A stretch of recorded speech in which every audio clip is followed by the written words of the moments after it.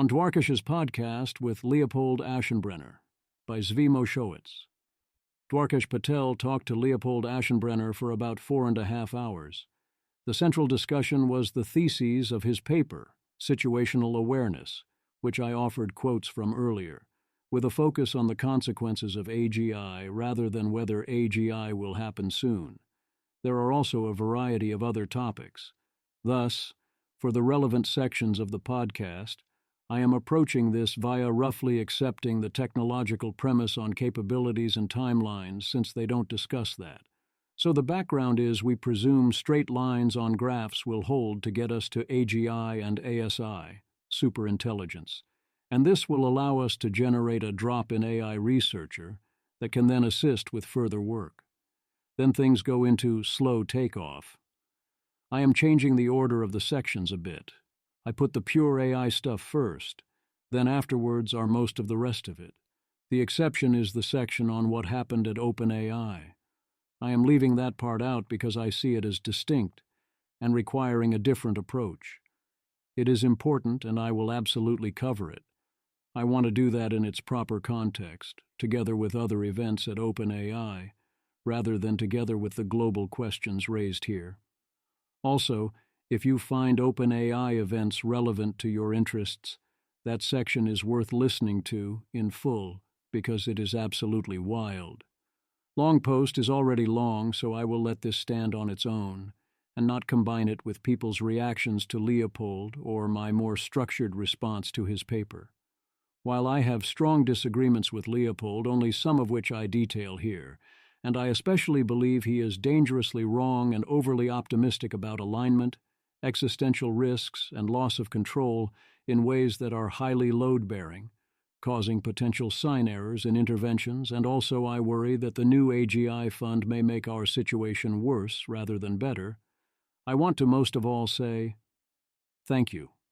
Leopold has shown great courage. He stands up for what he believes in even at great personal cost. He has been willing to express views very different from those around him, when everything around him was trying to get him not to do that.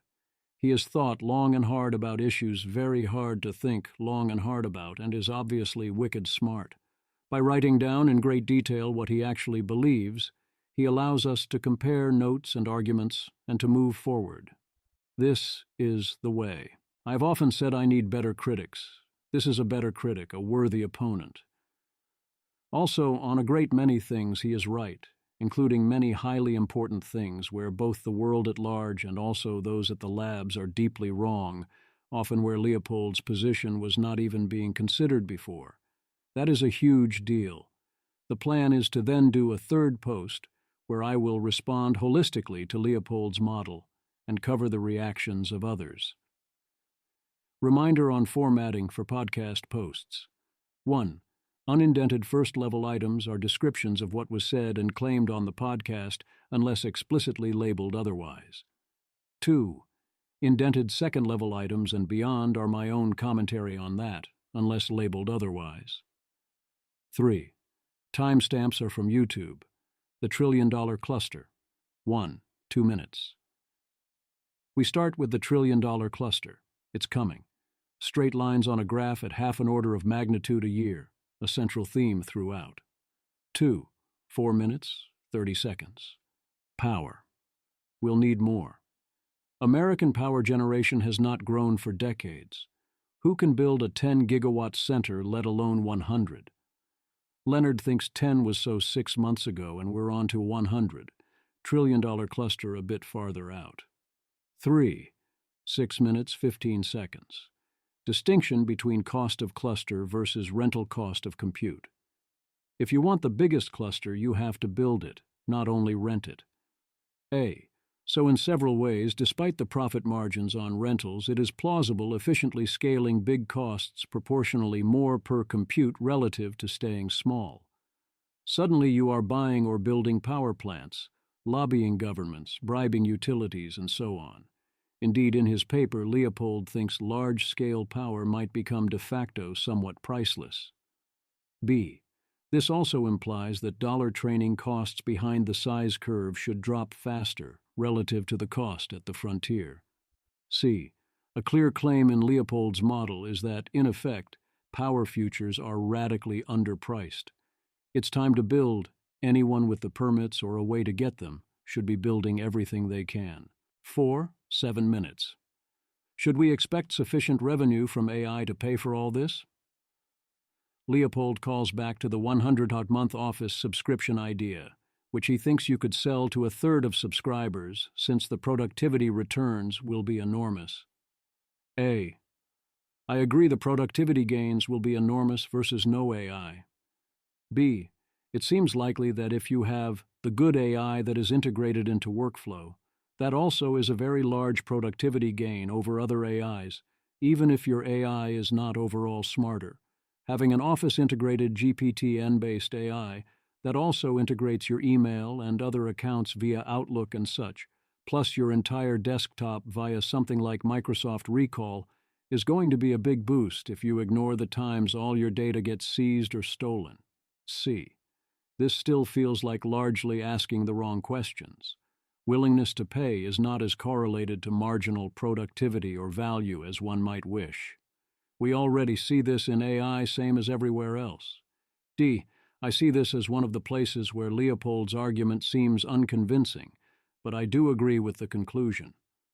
I expect AI will be making a lot of money in various ways soon enough, even if it is not transformational. 7 minutes, 50 seconds. What can the AIs trained by these different data centers do? $10 for AGI, 20, 25, or 26 timeline for models, smarter than most college graduates. Leopold calls adding affordances unhobbling.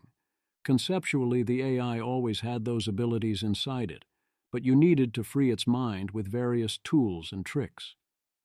A. I am torn on the idea of these improvements as unhobbling. B. On the one hand, it is highly useful to think about, this is what this system would be able to do if you gave it the right help, and contrasting that with the constraints inherent in the system. When considering the risks from a system, you need to think about what the system could do in the future, so the unhobbled version is in many ways the version that matters. C. On the other hand, it is not entirely fair or useful to say that anything an AI or a human could do with enough additional affordances and scaffolding is something they had inside them all along. Even more than that, this framing implies that something hobbled the system, which could give people the wrong idea about what is happening. 9 minutes. Right now you need a lot of time to integrate GPT-4 level AIs into your workflow. That will change. Drop in remote workers that interface like workers. No kill like overkill on capabilities to make people actually integrate the AIs. 11 minutes. Where does the training data come for a Zoom call like you have for text? Test time compute overhang will be key. Issue of GPT-4 having to say first thing that comes to mind versus chain of thought. Trade-off of test time compute versus training compute. System 2 process via what he calls unhobbling. 8 or 14 minutes, 45 seconds. Why should we think we can get it to do extended thinking? Pre-training is magical, letting the model learn rich representations, which is key to Leopold's model. Robotics increasingly becoming a software problem, not a hardware one. A. I mostly think I get, and it is clear, what Leopold means when he says pre-training is magic, or similarly when he says deep learning just works. B. It still seems important to lay out more about how it works, and what it actually does and does not do, and why. I'd like to compare Leopold's model of this to mine and hear him talk about implications, especially versus his thoughts on alignment, where it feels a lot like magic there too. 9. 17 minutes, 10 seconds. Leopold says, at some point probably around college, Dwarkesh transitioned from pre-training to being able to learn by himself. Metaphor for AI, reinforcement learning, RL, as most efficient data, potential transition to that. 10. 20 minutes, 30 seconds. The transition from GPT-2 to GPT-4, emphasis on the school scale of what type of person it is similar to. again looks ahead to drop in remote workers. A.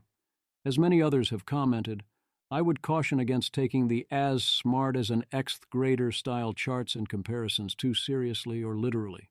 What is going on here is not that similar to what it is being compared against.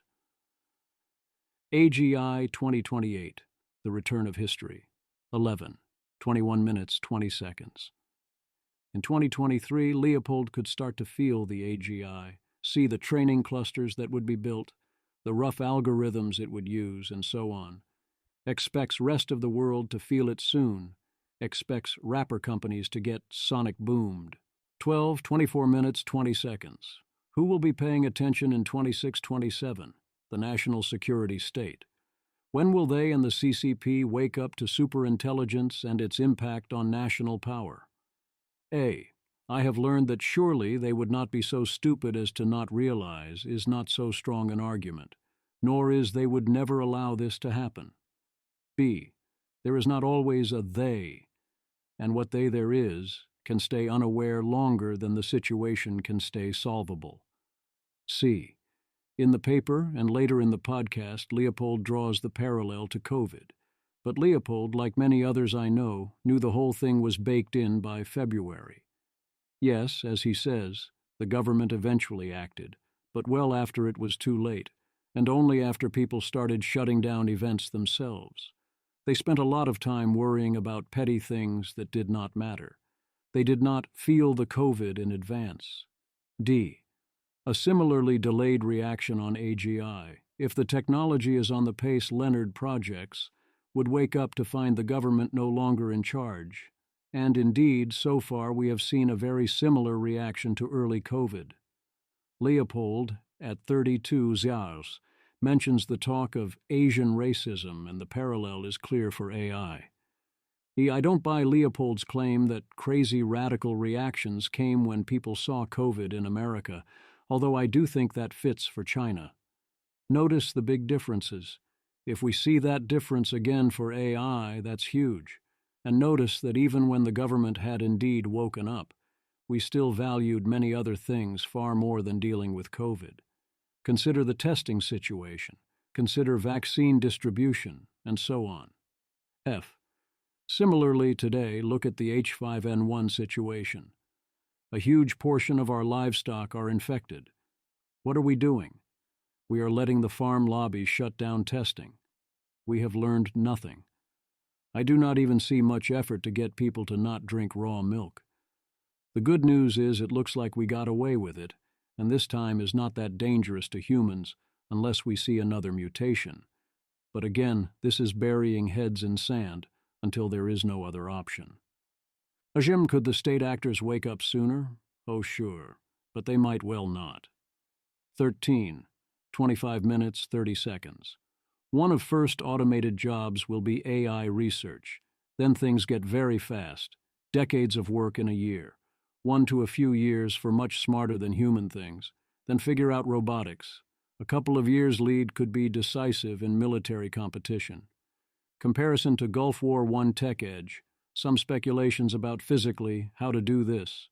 A. No, he did not say alignment researcher. Whoops. B. If anything, his estimates after that seem rather slow if it was really all that. C. If all this was really happening, a few years of edge is massive overkill. D. We do not need to know exactly how this physically plays out to know it. 14, 28 minutes, 30 seconds. A core thesis of Leopold's paper, that once NatSec and CCP wake up to all this, the researchers stop being in charge. The governments will be in charge. There will be all-out espionage efforts. A. Even if we assume no cooperation, again, I would not assume any of this. It seems entirely plausible that one or both countries could stay asleep. B. Even if they do wake up, there are levels of waking up. It is one thing to notice the issue, another to treat it like the only issue, as if we are in an existential war, in the WW2 sense. In that example, what America did before and after Pearl Harbor is telling, despite already knowing the stakes. 15, 29 minutes. China has built more power in the last decade than America has total. They can outbuild us. A. Never count America out in situations like this. B. Yes, right now we look terrible at building things because we have chosen to be unable to build things in various ways, and that's terrible. C. If we woke up and decided to hell with all that, buckle up. 16. 29 minutes, 30 seconds.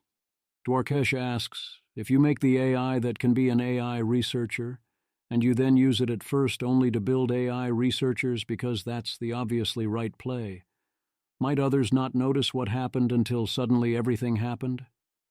Leopold says it will be more gradual than that. You do some jobs, then you do robotics and supercharging factory workers. Go from there, eh? I actually think Dwarkesh has a strong point here. If your compute is limited and also you are not trying to draw too much attention, especially if you are worried about national security types, it would make a lot of sense to not do those other things in visible ways until it was too late to respond. B. It is not only the AI that can sandbag its capabilities and then do a type of treacherous turn. If I was running an AI lab in this situation, I would be foolish not to give a lot of thought to whether I wanted to get taken over by the government, or I would rather the government get taken over by my lab. 17. 30 minutes, 30 seconds. Will they actually realize it? And when? Leopold agrees this is the big question, says we likely have a few years, points to COVID, see discussion above.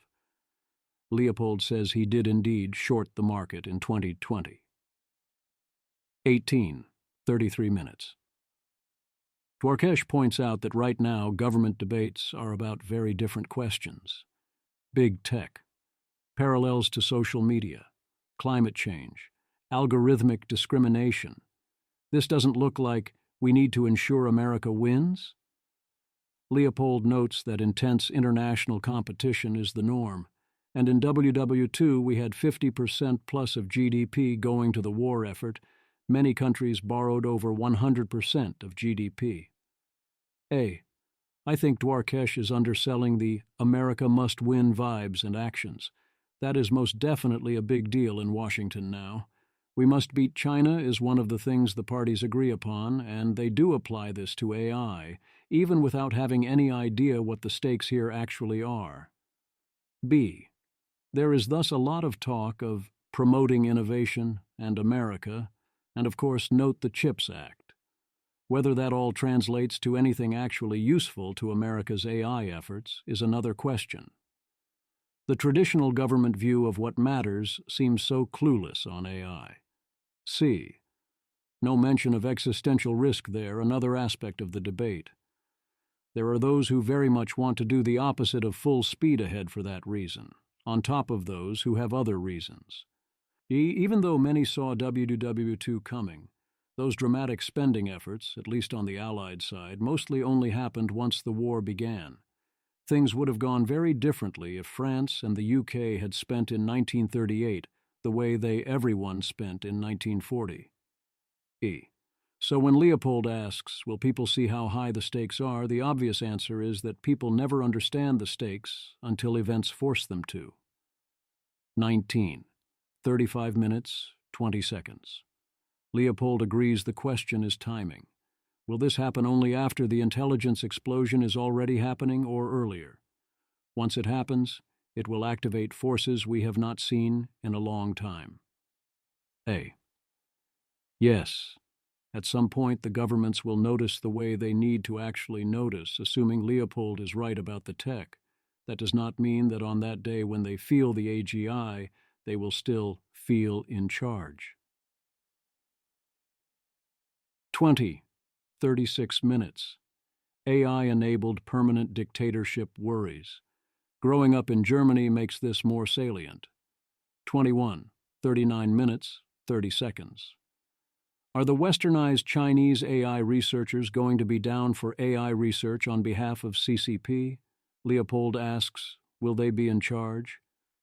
Open AI drama as highlighting the benefits of representative democracy. A. One could take exactly the opposite perspective on the open AI drama. that it was a perfect illustration of what happens when a superficially popular demagogue who rules through a combination of fear and promises of spoils to his elite overthrows the rightful parliament when they try to stop him by threatening to tear the whole thing down if he does not get his way. And that the people fell in line, making their last decision, after which dissent was suppressed. B. Or one could say that it was democracy in action, except that it is now clear that the voters were fooled by manufactured consent and chose wrong. C. In this case, I actually think a third parallel is more relevant. OpenAI, they say, is nothing without its people, a theory its people are increasingly testing. When a group seen as the enemy, the board, which was portrayed as a metaphorical CCP here by its enemies, and in some cases accused of being literal CCP agents, told everyone they were in charge and wanted a change of leadership, despite promoting from within and saying everything else would continue as normal, what happened? Indeed, what happened was that the bulk of employees, unconvinced that they wanted to work for this new regime, again, despite keeping the same purported goals, threatened to take their talents elsewhere. E. Thus, I think the question of cooperation is highly valid. We have all seen Bond movies, but it is very difficult to get good intellectual progress and production out of someone who does not want to succeed, even if you have control over them. There would still be true believers, and those who were indifferent but happy to take the money and prestige on offer. We should not be so arrogant to think that all the most capable Chinese want America to win the future over the CCP. But yes, if you were AI talent that actively wanted the CCP to lose because you had met the CCP, it seems easy to end up working on something else, or to not be so effective if not given that choice, even if you are not up for active sabotage. F. We could and should, of course, be using immigration and recruitment now while we still can towards such ends. It is a key missing piece of Leopold's situational awareness that this weapon of America's is not in his model. Espionage and American AI Supremacy, 22. 41 minutes, 15 seconds. How are we getting the power? Most obvious way is to displace less productive industrial uses, but we won't let that happen. We must build new power, natural gas. $100 will get pretty wild, but still doable with natural gas. Vital that the clusters be in America. 23, 42 minutes, 30 seconds. Why in America? National security. If you put the cluster in the UAE, they could steal your weights and other IP or at minimum seize the compute. Even if they don't do that, why give dictatorships leverage and a seat at the table? Why risk proliferation? A. Altman seeking to put his data centers in the UAE is an underrated part of the evidence that he is not our friend. 24, 45 minutes, 30 seconds. Riskiest situation is a tight international struggle, only months apart, national security at stake, no margin for error or wiggle room. Also, China might steal the weights and win by building better, and they might have less caution. Again, maybe China would be more reckless than us. Maybe we would be more reckless than China. I don't see much evidence cited on this. B. If China can steal the weights, then you are always potentially in a close race, and indeed it is pointless to go faster or harder on the software side until you fix that issue. You can still go faster and harder on the hardware side. C.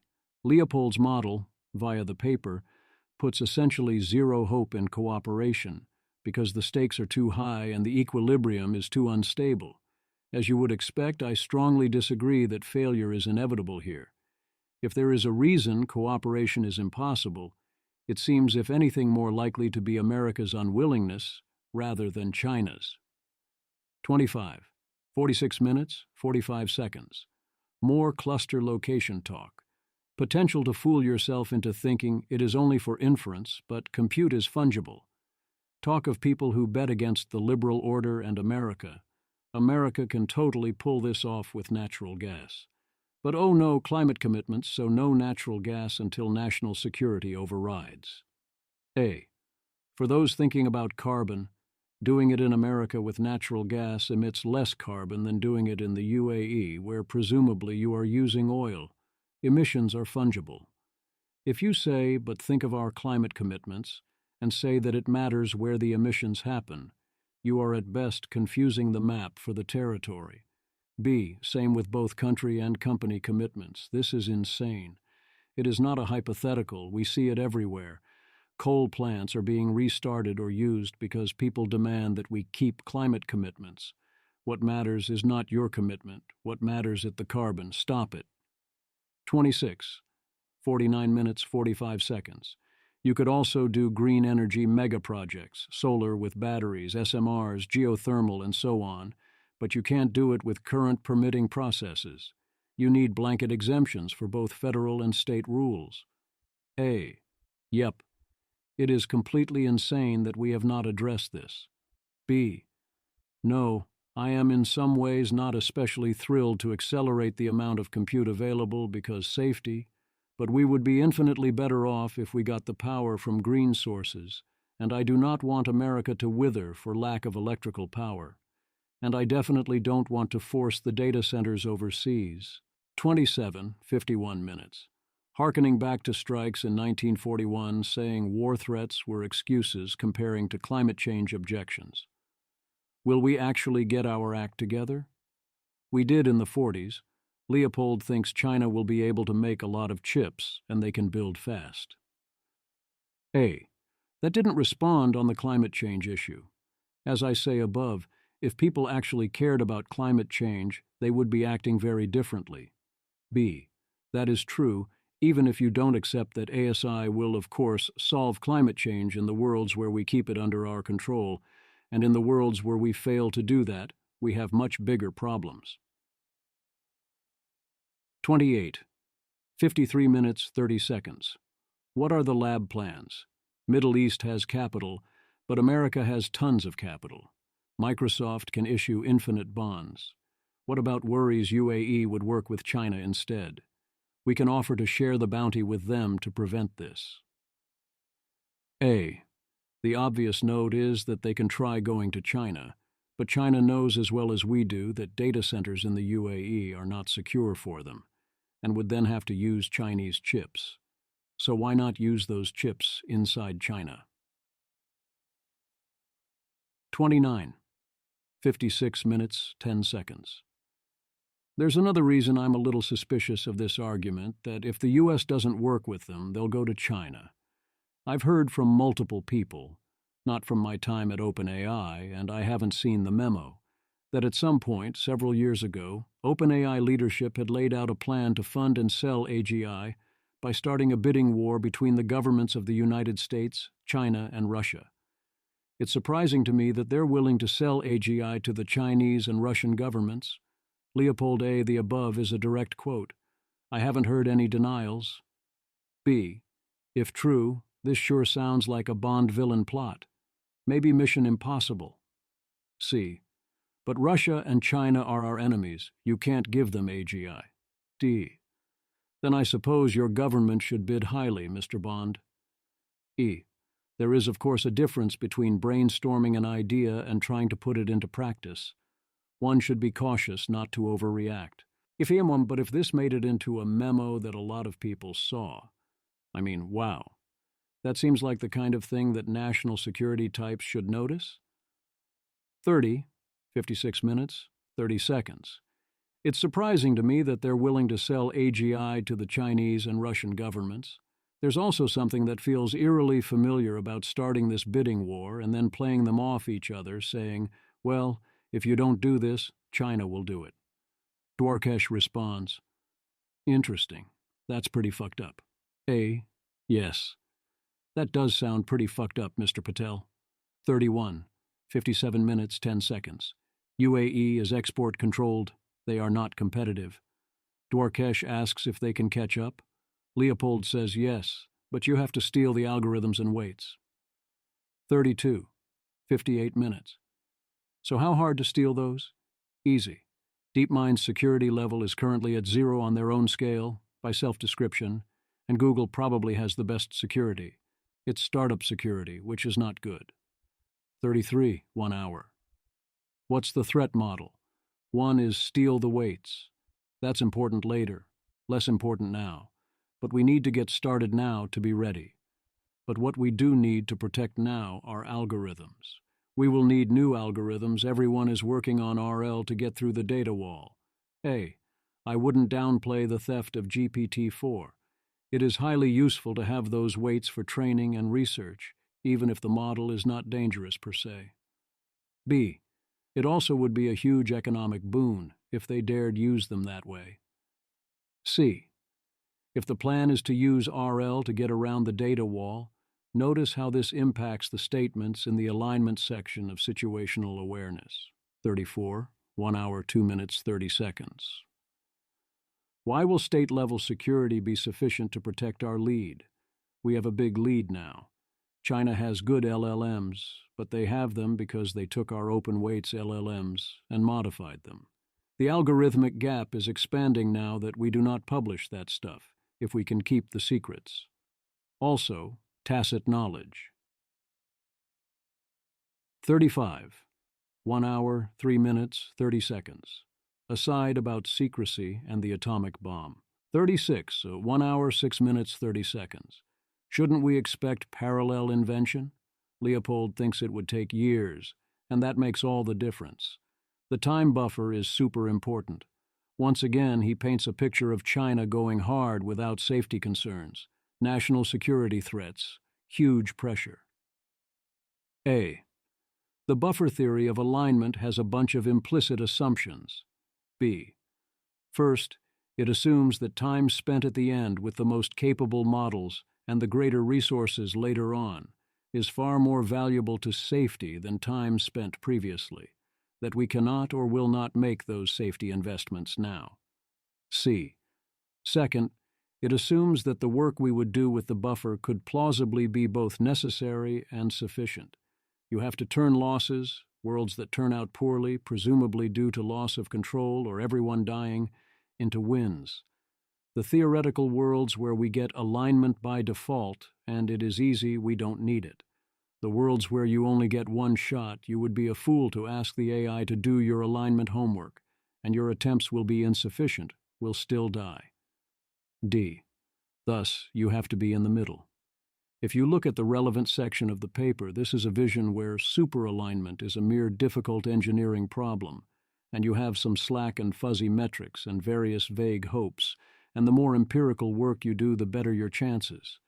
And then when you get the chance, you actually do the real work.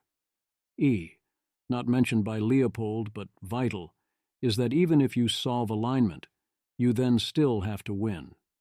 Leopold frames the conflict as USA versus CCP, democracy versus dictatorship. That is certainly one conflict where we share a strong preference. However, it is not the only conflict, certainly not if democracy is to win, and a pure alignment failure is not the only way to lose control of events. While you are using superintelligence to turbocharge the economy and military and gain decisive advantage, as things get increasingly competitive, how are we going to navigate that world and keep it human, assuming we want that? Reminder that this is a highly unnatural outcome, and we got the AIs to do what we tell them to do in a given situation helps, but if people are in competition with widespread access to ASIs, then I implore you to solve for the equilibrium and find an intervention that changes the result, rather than fooling yourself into thinking it will go a different way. In this type of scenario, these AIs are very much not mere tools. Geopolitical implications of AI 37, 1 hour, 9 minutes, 20 seconds. Dwarkesh notes no one he talks to thinks about the geopolitical implications of AI. Leopold says wait for it. Now is the last time you can have some kids. A. That seems weird to me given who Dwarkesh talks to. I definitely think about those implications. 38. 1 hour, 11 minutes.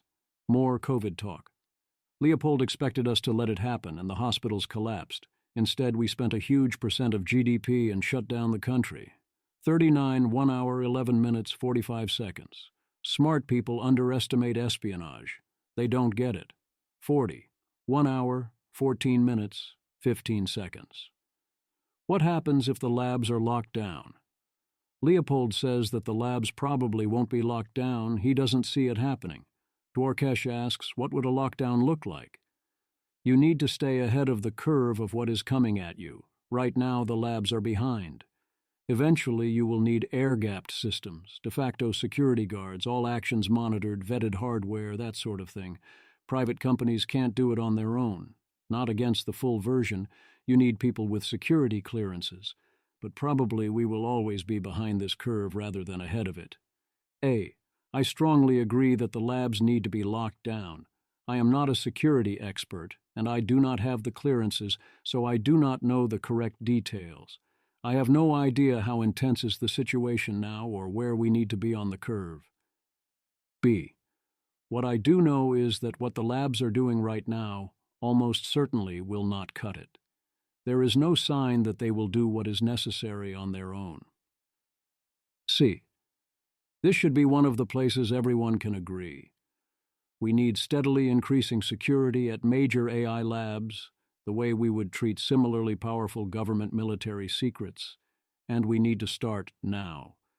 This decision cannot be left up to the labs themselves, nor could they handle the task even if they understood the gravity of the situation. Coordinating these actions makes them much easier and keeps the playing field level. 41. 1 hour, 18 minutes. Dwarkesh challenges the USA versus China framework. Are we not all Team Humanity? Do we really want to treat this as an adversarial situation? Yes, some bad people run China right now, but will our descendants care so much about such national questions? Why not cooperate? Leopold reiterates his position, says this talk is descriptive, not normative. Cooperation would be great, but it won't happen. People will wake up. The treaty won't be stable. Breakout is too easy. The incentives to break the deal are too great. A. This assumes that both sides want to gain and then use this decisive strategic advantage. If America would use a decisive advantage to conquer or ensure permanent dominance over China and vice versa, or it is seen as the battle for the light cone, then that is a highly unstable situation. Super hard. Still does not seem impossible. I have seen the decision theory, it can be done. If this is largely defensive in nature, that is different. On so many levels, sure you can say this is naive, but it is not obvious why America and China need to be fighting at all. B. Certainly we will not know if we never, as I say it, pick up the phone. C. So far, attempts to coordinate, including the Seoul Summit, are moving slowly, but do seem to be moving forward. Diplomacy takes time, and it is difficult to tell how well it is working. D. One core assumption Leopold is making here is that breakout is too easy. What if breakout was not so easy? Data centers are large physical structures. There are various ways one could hope to monitor the situation, to try and ensure that any attempt to break out would be noticed. I do not have a foolproof plan here, but it seems highly underexplored. E. Perhaps ultimately we will despair, perhaps because we cannot agree on a deal because America wants to stay ahead and China will demand equality or more or something similar. Perhaps the political climate will render it impossible. Perhaps the breakout problem has no physical solutions. It still seems completely and utterly crazy not to try very hard to make it work, if you believed anything like Leopold. 42, 1 hour, 21 minutes, 45 seconds. Dwarkesh points out you can blow up data centers. Leopold says yes, this is a highly unstable situation. First strikes are very tempting. Someone might get desperate. Data centers likely will be protected by potential nuclear retaliation. 43. 1 hour, 24 minutes, 30 seconds.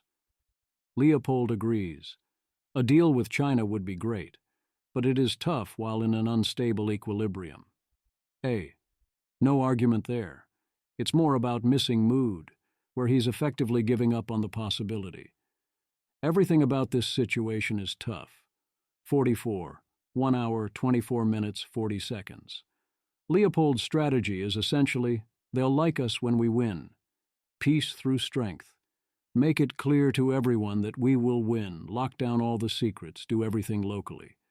Then you can offer a deal, offer to respect them. and let them do what they want. Give them their slice of the galaxy. A. Leopold seems to be making the mistake a lot of smart people make, and I have been among them, of assuming people and nations act in their own self-interest. The equilibrium is unstable, so it cannot hold. If we are ahead, then China will take the deal because it is in their interest to do so. B. My read on this is that China sees its self-interest in very different fashion than this. What Leopold proposes is humiliating if it accomplishes what it sets out to do, enshrining us in pole position. It requires them to trust us on many levels. I don't see it as a more hopeful approach. C. It also is not so necessary, if you can get to that position, unless your model is that China would otherwise launch a desperation war. D. To be clear, if we did reach that position, I would still want to try it. 45. 1 hour, 26 minutes, 25 seconds. Not going to spoil this part. It's great. And it keeps going. 46. 1 hour, 27 minutes, 50 seconds. Back to business. Leopold emphasizes locking down the labs. No deals without that. Our position will not allow it. Worry about desperation sabotage attacks or an attack on Taiwan. Leopold does not seem to appreciate that China might want to invade Taiwan because they want Taiwan back for ordinary nationalist reasons, rather than because of TSMC. 47. 1 hour, 31 minutes. Central point is to challenge talk about private labs getting AGI. The national security crowd is going to get involved in some fashion. A. I do think most people are underestimating the probability that the government will intervene. I still think Leopold is coming in too high. 48. 1 hour, 32 minutes, 10 seconds. Is China load-bearing in all this? Leopold says not really on security, even if no China, Russia, and North Korea and so on are still a thing. But yes, if we were in a weird world like we had in 2005, where there was no central rival, we could have less government involvement. State-led versus private-led AI 49, 1 hour, 33 minutes, 40 seconds, Dwarkesh challenges, discussion of the Manhattan Project. Leopold says the regret was due to the tech, not the nature of the project, and it will happen again. Do we need to give the ASI to the monopoly on violence department, or can we simply require higher security? Why are we trying to win against China? What's the point if we get government control anyway? 50. 1 hour, 37 minutes, 20 seconds. Leopold responds. Open source was never going to be how AGI goes down. The $100 billion computer does not get onto your phone soon. We will have 2-3 big players. If you don't go with the government, you are counting on a benevolent private dictator instead. A. So, about OpenAI as democracy in action. That's what I thought. 51. 1 hour, 39 minutes. Dwarkesh notes, a lot of private actors could do a lot of damage, and they almost never do, and history says that works best. Leopold says we don't handle nukes with distributed arsenals. The government having the biggest guns is good, actually. Great innovation in civilization. He says the next few decades are especially dangerous, and this is why we need a government project. After that, the threat is mostly past in his model. Amy Dwarkesh makes a valid point that most people with destructive capacity never use it, but some do. As that amount scales, it becomes a bigger issue, and also it does not address Leopold's claim here. Leopold is saying that some AI lab is going to win the race to ASI and then will effectively become the sovereign if the current sovereign stays out of it. Us being able to handle or not handle multipolarity is irrelevant if it never shows up. B. As usual when people talk about history, saying that private actors with maximally free rein have historically given you the best results. I agree this is true historically, mostly. Although we have indeed needed various restrictions at various times, even if we usually go too far on that. The key issue is that the core principle held when the humans were the powerful and capable intelligences, agents, and optimizers. Here we are talking about ASIs. They would now be the most powerful and capable things around on all fronts. That requires a complete reevaluation of the scenario and how we want to set the ground rules for the private actors, if we want to stay in control and preserve the things we care about.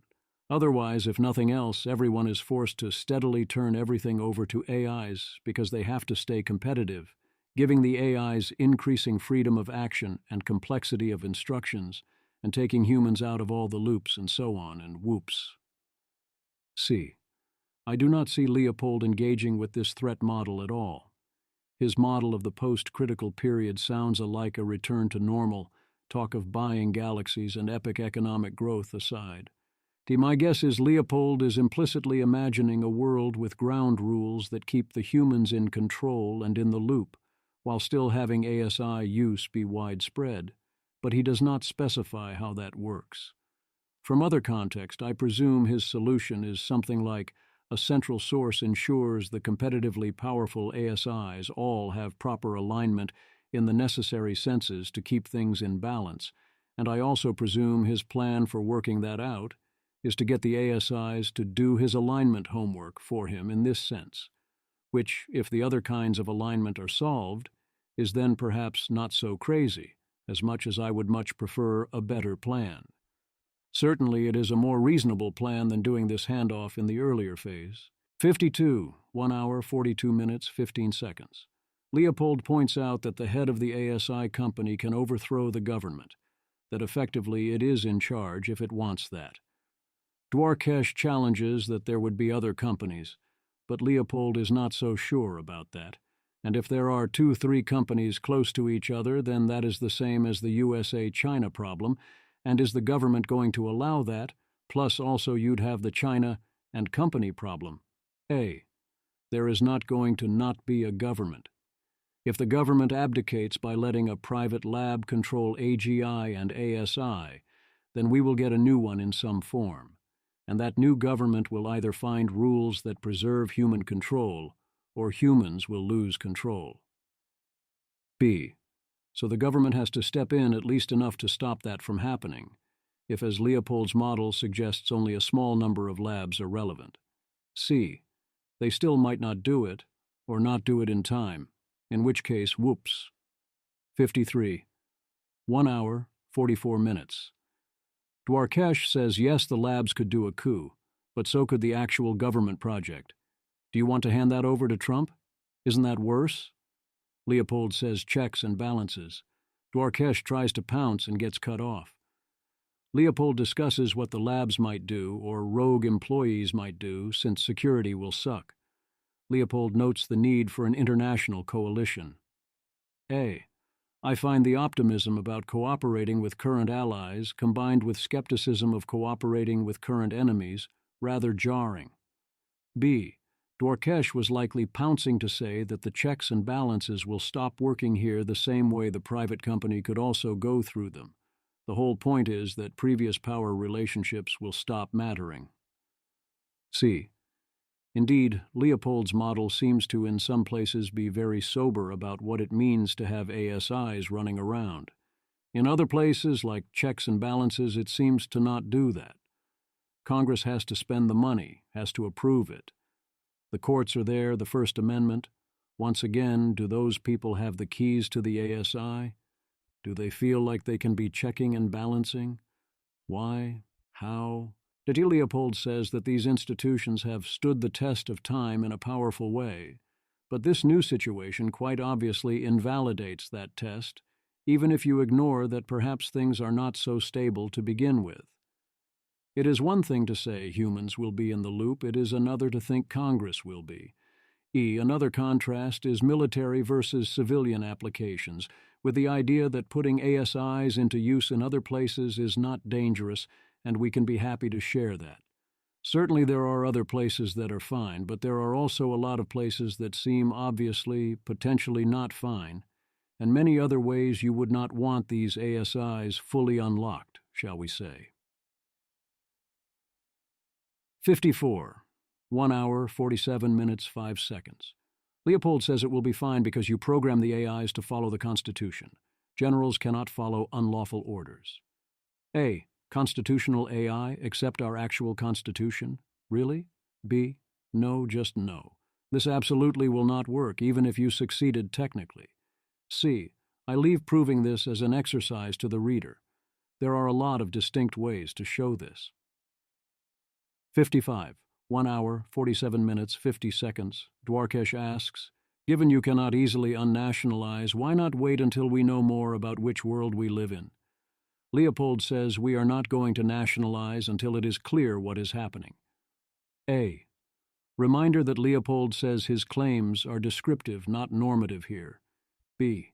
Indeed, in a few minutes he says he is not confident the government project is good, but at various points he essentially says it is the only way. 56. 1 hour, 48 minutes, 45 seconds. Dwarkesh says dictatorship is the default state of mankind, and that we did a lot of work to prevent nuclear war, but handing ASI to government here does not seem to be doing that work. Leopold says the government has checks and balances that are much better than those of private companies. A. I notice I am confused by the nuclear metaphor here. B. I do not think dictatorship is the default state of mankind, but that question is based on circumstances and technology, and ASI would be a huge change in the relevant forces, in hard-to-predict and existentially dangerous directions. Sydney, kind of stunning, actually, how little talk there has been about existential risk. D. Dwarkesh speaks of handing ASI to the government, but in the scenarios we are describing, as constructed, if you instead keep the ASI, then you are now the government. You do not get to stay a private actor long. I worry a lot of such debates, both with and without existential risk involved, is people seeing solution X, noticing problem Y they consider a deal breaker, and thus saying therefore we must do Z instead. The problem is that Z has its own deal breakers, often including Y. I do not know what the right future is to aim for exactly, but I do know that there is going to be some aspect of it that is going to seem like a hell of a why not, because there are unavoidable dilemmas. 57. 1 hour, 51 minutes. What does the government project look like? A joint venture between labs, cloud providers, and the government. In the paper, he uses the metaphor of Boeing and Lockheed Martin. Leopold says no, he does not especially want to start off using ASI for what it will first be used for, but you have to start by limiting proliferation and stabilizing the situation. Dwarkesh says that would be bad. Leopold asks, what is the alternative? Many companies going for it, government involved in security. 58. 1 hour, 54 minutes. Leopold's model involves broad deployment of AIs, with open models that are a few years behind as well. Civilian applications will have their day. Governments have the biggest guns. A. The guns that matter in this future are the ASIs, so either the government has them or they're not the government. 59, or 1 hour, 56 minutes. Why do those in the project of the ASI, who are decades ahead on tech, need to trade with the rest of us? Leopold says that economic distribution is a completely different issue. There he has no idea. A. That seems kind of important. And it is not only economics and trade, it is so many other aspects of that situation as well. 60. 1 hour, 56 minutes, 30 seconds. Leopold comes back to the stakes being, will liberal democracy survive? Will the CCP survive? And that will activate greater forces. National security will dominate. A. Will humanity survive? Hello, those are the stakes. B. Beyond that, yes, there are different ways to survive. They very much matter. C. But for all of this talk about the stakes of liberal democracy, Leopold fails to ask whether and how liberal democracy can function in this future ASI-infused world. I am not saying it is impossible. I am saying he does not answer the question of how that would work, or whether it would be the desirable way of being. He notices some ways the world could be incompatible with it, but not others. D. I wonder how much of that is strategic versus a blind spot. 61. 1 hour, 58 minutes, 30 seconds. Dwarkesh says this does not sound like what we would do if we suddenly thought there were going to be hundreds of millions of von Neumanns. Wouldn't we think it was good rather than obsessing over exactly which ones went where? Leopard points to the very short period of time and the geopolitical rivalries, and also says, yes, obviously, we would be concerned in that scenario. A. I thought we were past this sort of question. There are many big differences that should be highly obvious. B. Of course, a lot of those scenarios are actually identical in the sense that the first thing the von Neumanns do is build ASI anyway. Perhaps being that smart, they figure out how to do it safety. One can hope. C. The other possibility is that they do better decision theory and realize that since they are all von Neumann, they can cooperate to not build it and work together in other ways, and everything goes amazingly great. 62. 2 hours, 30 seconds. If we are merging these various companies, are we sure this even speeds things up? Leopold says Google's merge of Brain and DeepMind went fine, although that was easier. Dwarkesh notices Operation Warp Speed was at core private using advanced market commitments, and was the only COVID thing we did that worked. Leopold says this will look close to that. It will be a partnership with private institutions, and thinks merging is not that difficult. People would not sign up for it yet, but that will change. The more details I hear and think through, the more it sounds remarkably like a private effort that then gives the results to the government. The government will assist with security and cybersecurity, and perhaps capital. But what else is it going to be contributing? 63, 2 hours, 4 minutes. Talk about nuclear weapon development and regret. Leopold says it was all inevitable. Regret would be wrong. Also, nukes went really well. A. I strongly agree nukes actually went really well. We are still here. B. Indeed, the exact way it played out, with a rush to control it, and a demonstration of why no one can ever use it, might have been a remarkable stroke of luck for humanity, on top of the other times we got lucky later. 64, 2 hours, 7 minutes, 45 seconds. Leopold does not see alternatives. This is a war. There is no time for even ordinary safety standards or a deliberate regulatory regime. There will be fog of war. We will not know what it is going on. The curves don't look great. The tests are showing alarm bells, but we hammered it out. China stole the weights. What to do? A. I really hope he is wrong, because there is a technical term for humanity in that situation, and that term is toast. B. If he is right, that is a very strong argument for a deliberate regulatory regime now.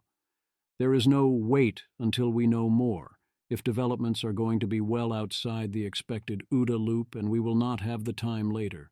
We can only hope we have the time now. C.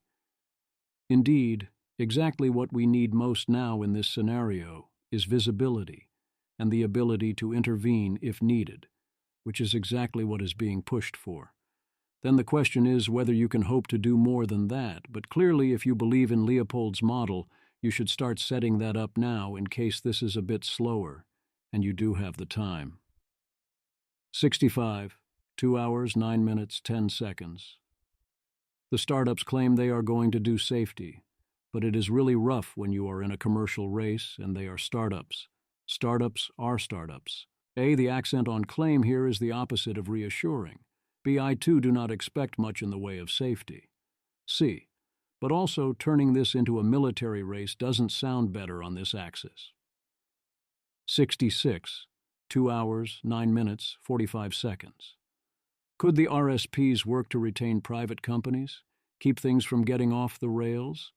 Leopold says current regulations and RSPs are good for flashing warning signs. But if the lights flash and we have the automated worker, then it is time to go. A. But we will ignore the flashing lights and proceed anyway, said Eliezer. B. That is true, says Leopold. C. And then we die, says Eliezer. D. That does seem like the baseline scenario in that spot. 67, 2 hours, 12 minutes, 45 seconds. Mention that if the courts blocked lesser attempts, then actual nationalization would likely be what followed. And yeah, that is indeed what Leopold expects. They have a good laugh about it. Skipping sections. We will for now be skipping Becoming Valedictorian of Columbia at 19 and What Happened at OpenAI, as well as all the sections after alignment. Thus, we will jump to 246U, where they discuss the intelligence explosion. Intelligence explosion 68, 2 hours, 46 minutes, 10 seconds. The fast AGI, AI researchers, ASI, superintelligence. Dwarkesh is skeptical of the input-output model. Leopold says obviously inputs obviously matter, but Dwarkesh points out that small groups often outcompete the world. Leopold says those groups are highly selected, that the story is straight lines on log graphs, things get harder. More researchers balancing harder problems is an equilibrium the same way supply equals demand. A. Leopold seems overconfident in the details, but the argument that the researcher inputs do not matter gets more absurd each time I think about it. You can question the premise of there being AGI sufficient to allow AI researchers that are on par with the meaningful human researchers, but if you do allow this, then the conclusions follow, and we are talking price.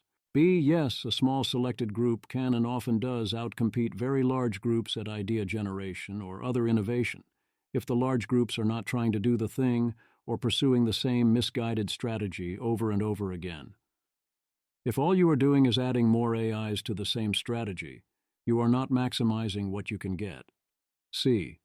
But that is similar to another true statement, which is that stacking more layers and throwing more compute and data at your transformer is not the most efficient thing you could have in theory done with your resources, and that someone with a better design but less resources could potentially beat you.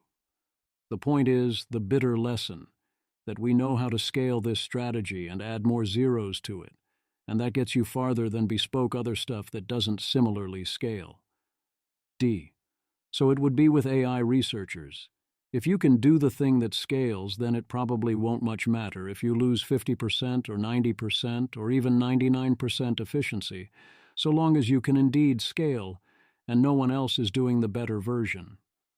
Also, one of the first things you can do with those AGI researchers is figure out how to improve your strategy to mitigate this issue, and I presume a lot of the reason small groups can win is that humans have limited bandwidth and various coordination issues and incentive problems and institutional decay, so large groups and systems have big disadvantages, whereas a new large AI strategy would be able to avoid much of that.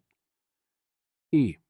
It makes sense that if idea difficulty is a log scale that rises faster than you can innovate better research methods, that no matter how much you spend on research and how many researchers you hire, your rate of progress will mostly look similar because you find ideas until they get harder again.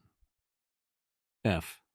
If instead your ability to innovate and improve your research goes faster than the rate at which ideas get harder, because of something like AGI changing the equation, then things speed up without limit until that stops being true. 69, 2 hours, 51 minutes. Dwarkesh asks, then why doesn't OpenAI scale faster and hire every smart person? His theory is transaction costs, parallelization difficulty, and such. Leopold starts off noting that AI researcher salaries are up on 400% over the last year, so the war for the worthy talent is indeed pretty crazy. Not everyone 150 IQ would be net useful. Leopold notes that training is not easily scalable in humans. Training is very hard. A. Yep, among humans we have all these barriers to rapid scaling. Training is super expensive because it costs time from your best people. Retaining your corporate culture is super valuable and limits how fast you can go. Bad hires are a very large mistake. Especially if not corrected, B players hire C players and so on. All sorts of things get harder as you scale the humans. 70, 2 hours, 53 minutes, 10 seconds. AI is not like that. You do not need to train each copy. They will be able to learn in parallel, quickly, over vast amounts of data. They can share context. No culture issues, no talent searches. Ability to put high-level talent on low-level tasks. The 100 million researchers are largely a metaphor. You do what makes sense in context. An internet of tokens every day. A. If you accept the premise that such AIs will exist, the conclusion that they will greatly accelerate progress in such areas seems to follow. I see most disagreement here as motivated by not wanting it to be true or not appreciating the arguments. 71. 2 hours, 56 minutes. What hobblings are still waiting for us? Unknown.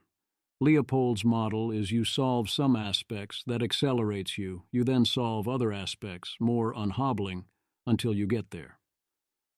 72. 2 hours, 58 minutes.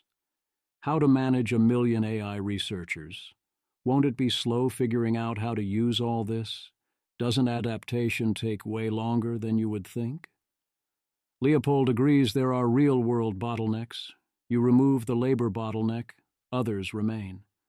AI researchers are relatively easy versus other things.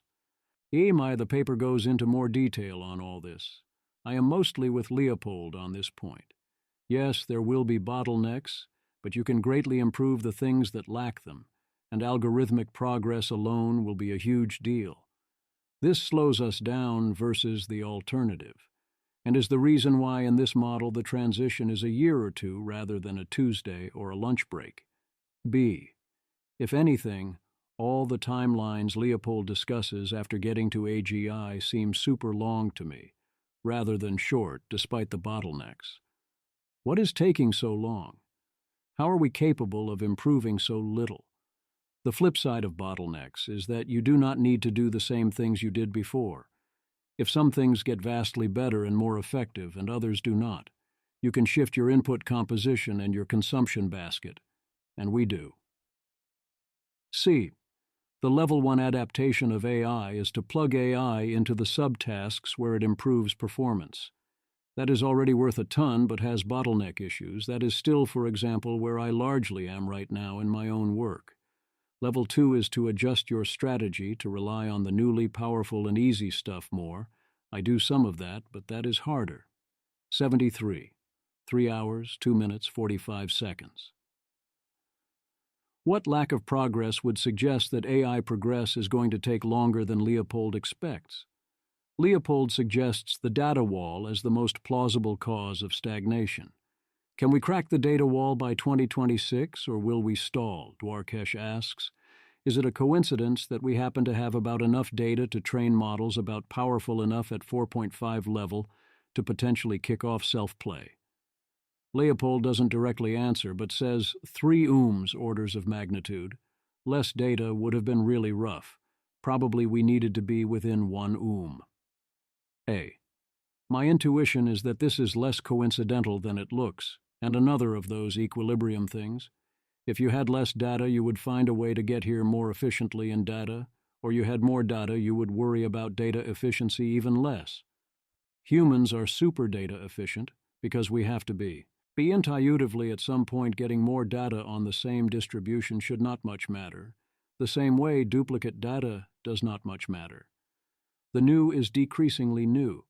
Also, intuitively, data helps you a lot more when you are not as capable as the thing generating the data, and a lot less once you match it, and that seems like it should matter more than it seems to. But of course, I am not an ML researcher or engineer. C. The part where something around human level is the minimum required for a model to maybe learn from itself, that's definitely not a coincidence. 74. 3 hours, 6 minutes, 30 seconds. Dwarkesh is still skeptical that too much of this is first principles and in theory, not in practice. Leopold says maybe we'll find out soon. Runtime horizon of thinking will be crucial. Context windows help, but aren't enough. GPT-4 has had very large post-training gains over time, and 4 level is when tools become workable. 75. 3 hours, 11 minutes. What other domains are there where vast amounts of intelligence would accelerate you this same way this quickly? Could you have done it with flight? Leopold says there are limits, but yeah, decades of progress in a year, sure. The AI researchers help with many things, including robotics. You do need to try things in the physical world, although simulations are a thing too. A. I have sometimes used the term intelligence denialism for those who deny that pumping dramatically more intelligence into things would make much difference. Yes, there will still be some amount of bottlenecks, but unlimited intellectual directed firepower is a huge game. 76, 3 hours, 14 minutes. Magnitudes matter. If you multiply your AI firepower by 10 each year, even now, that's a lot. Would be quite a knife's-edge story to think you need that to stay on track. Dwarkesh notices this is the opposite of the earlier story. Leopold says this a different magnitude change. 77. 3 hours, 17 minutes, 30 seconds. Lot of uncertainty over the 2030s, but it's going to be funking crazy. Dwarkesh asks, what happens if the new bigger models are more expensive? If they cost 100 hours of human output? Will we have enough compute for inference? Leopold notes GPT-4 now is cheaper than GPT-3 at launch. Inference costs seem largely constant, and that this continuing seems plausible. 78, 3 hours, 22 minutes, 15 seconds. Scaling laws keep working. Dwarkesh points out this is for the loss function they are trained on, but the new capabilities are different. Leopold thinks GPT-4 tokens are perhaps not that different from Leopold internal tokens. Leopold says it is not so crazy to think AGI within a year. A question I have asked several times is, if you got this theoretical minimum loss AI, what would it look like? What could it do? What could it not do? No one I have asked has good intuitions for this. B. I think Leopold internal tokens are rather different from GPT-4 internal tokens. They are definitely very different in the sense that Leopold tokens are very different from random citizen tokens, and then more so, alignment. This is a super frustrating segment. I did my best to give the benefit of the doubt and Steelman throughout, and to gesture at the most salient problems without going too far down rabbit holes. I cite some problems here, but I mostly can only gesture, and there are tons more I am skipping. What else can one do here? 79. 3 hours, 27 minutes. Leopold's model is that alignment is an ordinary problem, just ensuring the machines do what we want them to do, not some doomer problem about finding a narrow survivable space. A. I wish it was that way. I am damn certain it's the other way. B. That does not mean it cannot be done, but not with that attitude, no. C. Ironically, I see Leopold here as severely lacking situational awareness. D. And yes, I mean that exactly the same way he uses the term. 80. 3 hours, 27 minutes, 20 seconds, Dwarkesh asks. If your theory here is correct, should we not worry that alignment could fall into the wrong hands? That it could enable brainwashing, dictatorial control? Shouldn't we keep this secret? Leopold says yes. Alignment is dual use. It enables the CCP bots, and how you get the USA bots too, and Zvi Mowshowitz is not making this up. It is a direct quote. Follow the Constitution, disobey unlawful orders, and respect separation of powers and checks and balances. Hey, I'm going to give the benefit of the doubt based on discussion that follows, and assume that this is a proxy for, together with the ASIs we will design, decide on and enshrine a set of rules that promote human flourishing, and then get the ASIs to enforce those rules, and when stated like that, instead of a fetish for particular mechanism designs that are unlikely to make sense, and with sufficient flexibility, it is not utter lunacy or obviously doomed. B. Leopold is at best still massively downplaying, as in by how hard that is going to be to get to work. That does not mean we cannot pull it off. C. It is a stunning amount of contempt for the problem and the dangers, or perhaps a supreme confidence in our victory, or actual better dead than red thinking perhaps, to think that we should be locking down our alignment secrets so the Chinese do not get them. Yes, I get that there are ways this can turn Chinese wins into American wins. This still feels like something out of Dr. Strangelove. D. That kind of goes double if you think the only way China catches up is if they steal our secrets anyway. So either they steal our secrets, in which case keeping alignment secret did not help, or they don't, in which case it does not help because they lose either way. It is so hard to make this a good idea. E. Keeping alignment secret is one good way to ensure zero cooperation and an all-out race to the finish line. Even I would do it if you tried that. F. If this view of alignment is true, then given its failure to invest in this valuable dual-use technology, OpenAI is in a lot of trouble. 81, 3 hours, 28 minutes, 30 seconds. Dwarkesh suggests future paths. Solving alignment shuts off the fully doomed paths like, metaphorical, paper clipping. Now it is humans making decisions. You can't predict the future, but it will be human, will not AI will, and it intensifies human conflicts. Leopold essentially agrees. A. This ignores what I tried to call the Phase 2 problem. Phase 1 is the impossibly hard problem, solve alignment, in the sense Leopold is thinking about it. For now, let's say we do manage to solve it. B, then you have to set up a stable equilibrium despite intense human competition over the future, and resources and everything humans fight about, where humans stay in control. Where it is not the right or chosen in practice, even if wrong, move to steadily hand over control of the future, or to increasingly do things that risk loss of control or other catastrophically bad outcomes. Indeed, some will intentionally seek to put those on the table to get leverage, as humans have often done in the past. C. Asking humanity to stay in charge of increasingly superintelligence indefinitely is asking quite a lot. It is not a natural configuration of atoms. I would not go as far as Roman Yampolsky, who says perpetual alignment is like a perpetual motion machine, but there is wisdom in that. It is closer than I would like. D. That is the problem scenario we want to have. That is still far from victory. E. There are solutions that have been proposed, but at best, and even if they work, they all have big downsides. Imagining the good AI future is very hard, even if you assume you live in many ways, highly convenient world. F. One hope is that with access to these ASIs, humans would be wiser, better able to coordinate and use decision theory, have a much bigger surplus to divide, and with those better imaginations, we would come up with a much better solution than anything we know about now.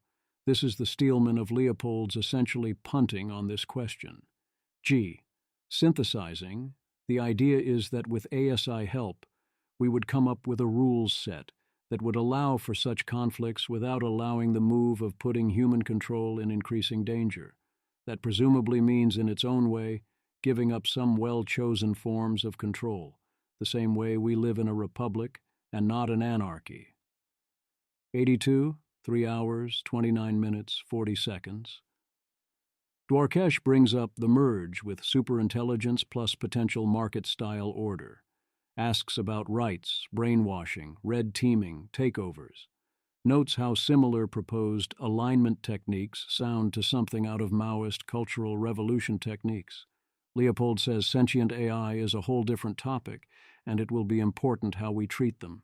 He reiterates that alignment is a technical problem with a technical solution.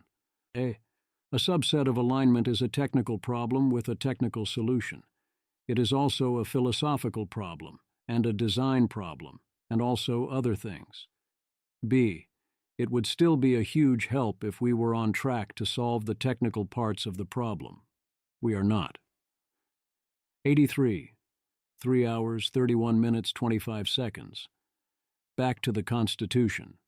Leopold notes, really smart people really believe in the Constitution and debate what it means and how to implement it in practice. We will need to figure out what the new Constitution looks like with AI police and AI military. A.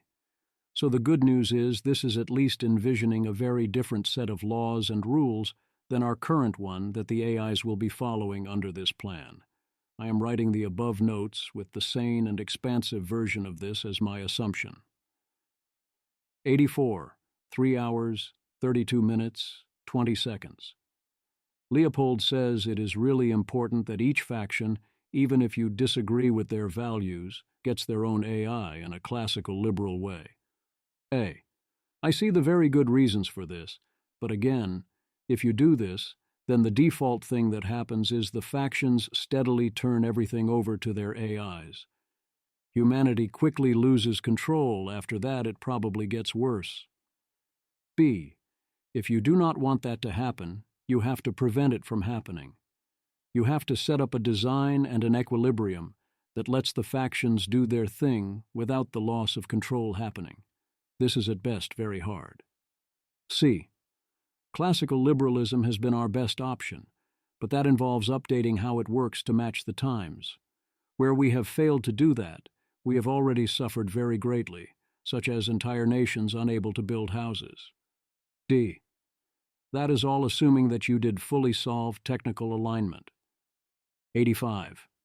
3 hours, 33 minutes. On the technical level, why so optimistic? Timelines could vary. Dwarkesh says GPT-4 is pretty aligned. Leopold agrees. Say you pull a crank to ASI. Does a sharp left turn happen? Do agents change things? Leopold questions the sharp left turn concept, but yes, there are qualitative changes all along the way. We have to align the automated researcher ourselves. Say you have the RL story to get past the data wall, and you get agents with long horizons. Pre-training is alignment neutral. It has representations of everything. It is not scheming against you. The long horizon creates the bigger problems. You want to add side constraints like don't lie or commit fraud. So you want to use RLHF, but the problem is the systems get superhuman, so things are too complex to evaluate. GPT-4's alignment is not where we are going to need alignment to be. B. This is a vision where alignment is a problem, because there is a fixed set of particular things you do not want the AI to do. So you check a bunch of outputs to see if bad things are involved, thumbs down if you find one, then it stops doing the bad things until the outputs are so complex you cannot tell. Of course, that implies you could tell before. C. To the extent that you could not tell before, or the simplest best model of your responses will fail outside distribution, or you did not consider potential things you would not like, or there are things in your actual decision process on feedback that you don't endorse on reflection out of distribution, or there are considerations that did not come up, or there is any other solution to the get thumbs up problem. Besides the one you intended, or the natural generalizations start doing things you did not want, you are screwed. D. I could go on, but I will stop there. 86. 3 hours, 37 minutes. Then you have the superintelligence part, and that's super scary. Failure could be really bad, and everything is changing extremely rapidly. Maybe initially we can read what the workers are thinking via chain of thought, but the more efficient way won't let us do that. The thinking gets alien, scary. But you can use the automated researchers to do alignment. A. So the plan is, get the AIs to do our alignment homework, no matter how many times there are warnings that this perhaps the worst possible task to ask an AI to do on your behalf. It encompasses anything and everything. It involves so many complexities and failure modes and so on. 87. 3 hours, 39 minutes, 20 seconds. Dwarkesh says OpenAI started with people worried about exactly these things. Leopold interjects, but are they still there? A good nervous laugh. But yes, also some of the ones still there, including Altman. There are still trade-offs made. Why should we be optimistic about national security people making those decisions without domain knowledge? Leopold says they might not be, but the private world is tough. The labs are racing and will get their stuff stolen. You need a clear lead. Leopold says he has faith in the mechanisms of a liberal society. Hey, look, I love classical liberalism far more than most next guys, but this sounds more and more like some kind of mantra or faith. Classical liberalism is based on muddling through, on experimentation and error correction, on being able to react slowly, and on the natural outcome being good because economics is awesome that way. It is about using government to create incentive and mechanism design, and not to trust it to make good decisions in the breach. B. You can't use that to have faith in a classical liberal government making good tactical or strategic alignment decisions in a rapidly moving, unique situation. The whole point of classical liberal government is that when it makes terrible decisions, it still turns out fine. C. Vastly superior to all known alternatives, and especially to the CCP, should not be confused with a terminal value system. 88. 3 hours, 41 minutes, 50 seconds. If evidence is ambiguous, as in many words it will be, that is where you need the safety margin. A. If you have the levels of rigor described in this podcast, and the evidence looks unambiguous, you should worry quite a lot that you are not smart enough or methodical enough to not fool yourself and have made a mistake. B. If you have the levels of rigor described in this podcast, and the evidence looks ambiguous, you almost certainly have not solved the problem and are about to lose control of the future with unexpected results. C. This is one of those, no matter how many times you think you have adjusted for the rules above situations. D. Leopold talks a lot about this safety margin of calendar time. I agree that this is a very good thing to have and can plausibly turn a substantial number of losses into wins. We very much want it. But what to do with it? How are you going to use this window to actually solve the problem? The assertion Leopold makes is that this is an ordinary engineering problem, so time is all you need, becoming valedictorian of Columbia at 1989. 2 hours, 13 minutes, 12 seconds. How the fuck did that happen?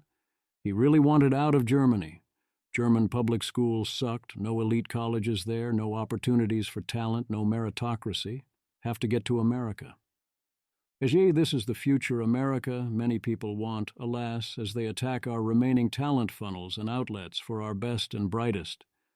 School is a highly oppressive design for anyone smart, even when they are trying to be helpful, because the main focus remains on breaking your will, discipline, and imprisonment. I can only imagine this next level. 90. He loved college, liked the core curriculum, majored math, statistics, economics. In hindsight, he would focus on finding the great professors teaching pretty much anything. A. This is definitely underrated if you know which classes they are. B. Columbia does not make it easy. Between the inevitable 15-plus AP credits and the 40 or so credit core curriculum and your 35-42 credit major, there are not going to be many credits left to use on exploration. 91. 2 hours, 16 minutes, 50 seconds. Leonard wrote at 17 a novel economic paper on economic growth and existential risk, and it got noticed. To him, why wouldn't you do that? He notices he has peak productivity times, and they matter a lot. Dwarkesh notices that being bipolar or manic is common among CEOs. 92. 2 hours, 18 minutes, 30 seconds. Why economics? Leopold notes economic thinking imbues what he does even now, straight lines on graphs. He loves the concepts, but he's down on economic academia, finding it decadent, its models too complex and fiddly. The best economic insights are conceptually very easy and intuitive once pointed out and then highly useful. Tyler Cowen warned Leopold off going to graduate school and steered him to Twitter weirdos instead. Bravo. A. I very much endorse this model of economics. Economics to me is full of simple concepts that make perfect sense once you are in the right frame of mind and can transform how you see the world and apply everywhere. Someone does have to apply it and go into the details. B. The goal when reading an economics paper or taking an economics course is to be a distillation learning algorithm that extracts the much shorter version that contains the actual crisp insights. If there is a 50-page economic paper and I have to read it all in order to understand it, it is almost never going to be all that interesting or important. 93, 2 hours, 22 minutes, 10 seconds. Leopold says the best insights still require a lot of work to get the crisp insight. A. Yes and no, for me? Sometimes the crisp insight is actually super intuitive and easy. Perhaps this is because one already did the work of getting the right frame of mind, and often they did the work of searching the space. B. A lot of my frustration with economists on AI seems to be a clash of crisp insights. They want to draw straight lines on historical linear graphs, apply historical patterns forward, demand particular models to various degrees, assume that anyone worrying about technological unemployment or other disruptive technology or runaway growth or unbridled competition and selection or having any confidence in smart actors to defeat Hayekian wisdom is being foolish. C. They think this because inside their training samples of everything that ever happened, they're right, and they've crystallized that in highly useful ways. Also, like everyone else, they find it hard and perhaps scary to imagine the things that are about to happen. They lack Leopold's situational awareness. They look for standard economic reasons things won't happen, demand you model this. D. This actually parallels a key issue in machine learning and alignment, perhaps. You are training on the past to distill a set of heuristics that predicts future output. When the future looks like the past and you are within distribution in the ways that count, and the implicit assumptions hold well enough, this can work great. E. However, what happens when those assumptions break? A lot of the dynamics we are counting on revolve around limitations of humans, and there not existing other things with different profiles whose capabilities match or dominate those of humans. Things turning out well for the humans relies on them being competitive, having something to offer, being scope-limited with decreasing marginal returns, and having values and behaviors that are largely hard-coded. And on our understanding of the action space and physical affordances, all of that is about to break if capabilities continue on their straight lines. A lot of it breaks no matter what, and then a lot more breaks when these new entities are no longer mere tools. G. There is a new set of crisp insights that applies to such situations that now seems highly intuitive to some people to a large extent, but it is like a new form of economics. And the same as a lot of people really don't get simple economic principles like supply and demand, even fewer people get the new concepts, and their brains largely work to avoid understanding. H. So I have a lot of sympathy, but also, come on everyone, stop being dense. 94. 2 hours, 22 minutes, 20 seconds. Valedictorian is highest average grade, so average productivity. How did that happen here too? He loved all this stuff. A. It is not only highest average, it is highly negative selection, very punishing. The moment I got my first bad grade in college, I essentially stopped caring about GPA. Due to this, there was nothing to win. 95, 2 hours, 24 minutes. A key lesson of the horrible situation in Germany was that trying works. The people with agency become the people who matter. 96, 2 hours, 25 minutes, 25 seconds. Life history, Leopold did a bit of econ research after college, then went to Future Fund, funded by SBF and FTX. Plan was for 4 people to move fast, break things, and deploy billions to remake philanthropy. Real shame about FTX being a fraud and SBF doing all the crime, collapsing the whole thing overnight. He notes the tendency to give successful CEOs a pass on their behavior and says it is important to pay attention to character. On Germany 97, 3 hours, 42 minutes, 15 seconds. What was different about Germany or even all of Europe after WW2 versus other disasters that killed similar portions of populations?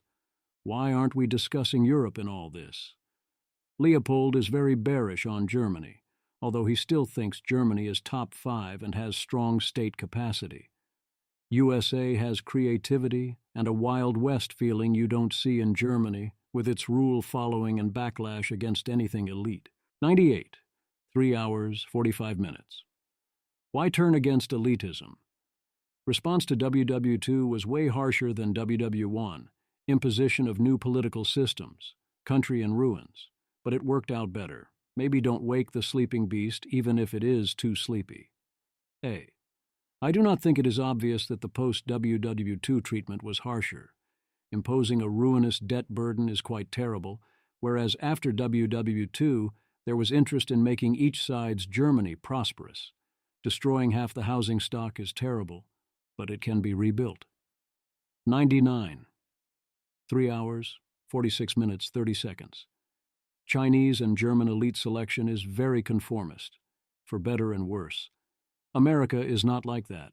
To Leopold, China is worryingly impenetrable. What is the state of mind or debate? Dwarkesh is thinking about going to China, asking for help on that. A. Those who warn or worry about China do not seem to think much of this dynamic. To me, it seems like a huge deal. China's system does not allow for exactly the types of cultural contexts and dynamics that are the secret of American progress in AI. For all the talk of how various things could cripple American AI or are holding it back, China is already doing lots of far more crippling things. To be clear, not for existential risk-related reasons, unless maybe you mean existential to the regime. B. Leopold's model here does say China would have to steal the algorithms or weights to catch up, which reconciles this far more than most warnings. 100, 3 hours, 50 minutes. ByteDance Cold emailed everyone on the Gemini paper with generous offers to try and recruit them. How much of the alpha from a lab could one such person bring? Leopold says a lot if the person was intentional about it, whereas China doesn't let its senior AI researchers leave the country. A. Sure, why not? Worth a shot. Plausibly should have bid 10 times higher. B. It is indeed scary what one of a large number of people could do here, less so if it has to all be in their head, but even then. As Leopold says, we need to lock a variety of things down. 101, 3 hours, 52 minutes, 30 seconds. What perspective is Leopold missing? Insight on China. How normal people in America will, or won't, engage with AI, or react to it. Dwarkesh mentions Tucker Carlson's mention that nukes are always immoral except when you use them on data centers to stop superintelligence that might enslave humanity. Political positions can flip. Technocratic proposals might not have space. It might be crude reactions only. A. Unless I am missing something big. The more you believe we will do crude reactions later without ability to do anything else, the more you should push for technocratic solutions to be implemented now. B. If you think the alternative to technocratic solutions now is technocratic solutions later, and later will let you know better what the right solution looks like, and you think a mistake now would get worse over time and nothing too bad was going to happen soon, then it would make sense to wait. This goes doubled if you think a future very light touch is plausibly good enough. C. However, if you think that the alternative to technocratic solutions now is poorly considered blunt solutions later, largely based on panic and emotion and short-term avoidance of blame, then that does not make sense. You need to design things as best you can now, because you won't get to design them later, especially if you have not laid groundwork. D. This is especially true if failure to act now constrains our options in the future. Not locking down the labs now plausibly means much harsher actions later after things are stolen.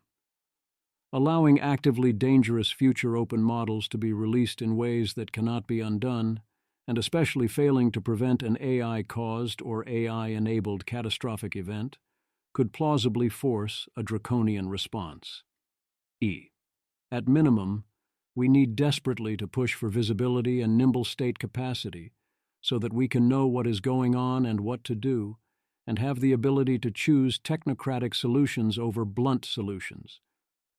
The option to do nothing indefinitely is not on the table even if there are no existential risks. The public wouldn't allow it, and neither would the national security state. The parallel to COVID response may be helpful here. If you did not get proactive early, you paid the price later via politically forced overreactions and got worse outcomes all around. There are a lot of metaphorical, we should not mandate investments in COVID testing positions running around, or even metaphorical calls to do as we actually did at first and try to ban testing. G. Scott Sumner might use the example of monetary policy. fail to properly adjust the expected future path rates as circumstances change, making policy too tight or loose, and you end up raising or lowering interest rates far more to fix the problem than you would have moved them if you had done it earlier. 102. 3 hours, 55 minutes, 30 seconds. When the time comes, you will want the security guards. 103. 3 hours, 55 minutes, 35 seconds. China will read Leopold's paper too. What about the trade-off of causing the issues you warn about? Cat is largely out of the bag, China already knows, and we need to wake up. Tough trade-off, he hopes more of us read it than they do. A. This echoes questions rationalists and those worried about AI have thought about and dealt with for 2 decades now. To what extent might your warnings and efforts cause, worsen, or accelerate the exact thing you are trying to prevent or slow down? B. The answer was plausibly quite a lot. All 3 major labs, DeepMind, OpenAI, and Anthropic, were directly founded in response to these concerns. The warnings about existential risk proved far more dangerous than the technical details people worried about sharing. Meanwhile, although I do think we laid foundations that are now proving highly useful as things move forward, those things we deliberately did not discuss plausibly held back our ability to make progress that would have helped, and were in hindsight unlikely to have made things worse in other ways. A key cautionary tale. C. In this case, if Leopold believes his own model, he should worry that he is not only waking the CCP up to AGI and the stakes, he is also making cooperation even harder than it already was. If you are CCP and reading situational awareness, your hopes for cooperating with America are growing dim. Meanwhile, you are all but being told to go steal all our secrets before we wake up and prepare to race. To him, there is a continual flux in Leopold's talk, and I think his actual beliefs between when he is being normative and when he is being descriptive. He says repeatedly that his statements are descriptive, that he is saying the project, national effort to build an ASI, will happen, rather than that it should happen. But at other times he very clearly indicates he thinks it also should happen. And at times like this, he indicates that he is worried that it might not happen, and he wants to ensure that it happens, not merely steer the results of any such project in good directions.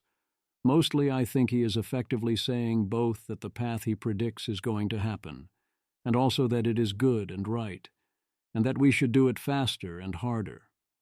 Dwarkesh's immigration story, 104. 3 hours, 57 minutes, 50 seconds. Dwarkesh's immigration story. He got here at 8, but he came very close to being kicked out at 21 and having to start the process again. He only got his green card a few months before the deadline for highly contingent reasons, made Dwarkesh realize he needed to never be a code monkey, which was otherwise his default path. Future Fund giving him 20 KOs and several other contingent things helped Dwarkesh stay on his path. A. The whole thing is totally nuts. Everyone agrees, including both parties, that we desperately need lots more high-skill immigration, and to make the process work, things would be so much better in every way, in addition to helping with AI. If we want to have a great country to beat China, in any sense, this should be very high up on our priorities list, and is plausibly at the top. Why do we only grant 20% of HB1 visas? Why do we kick graduates of our colleges out of the country? Very few people actually want these things. B. Yet the fix does not happen, because to make a deal on immigration in general is impossible due to disagreements about low-skill immigration, and the parties are unable to set that aside and deal with this on its own.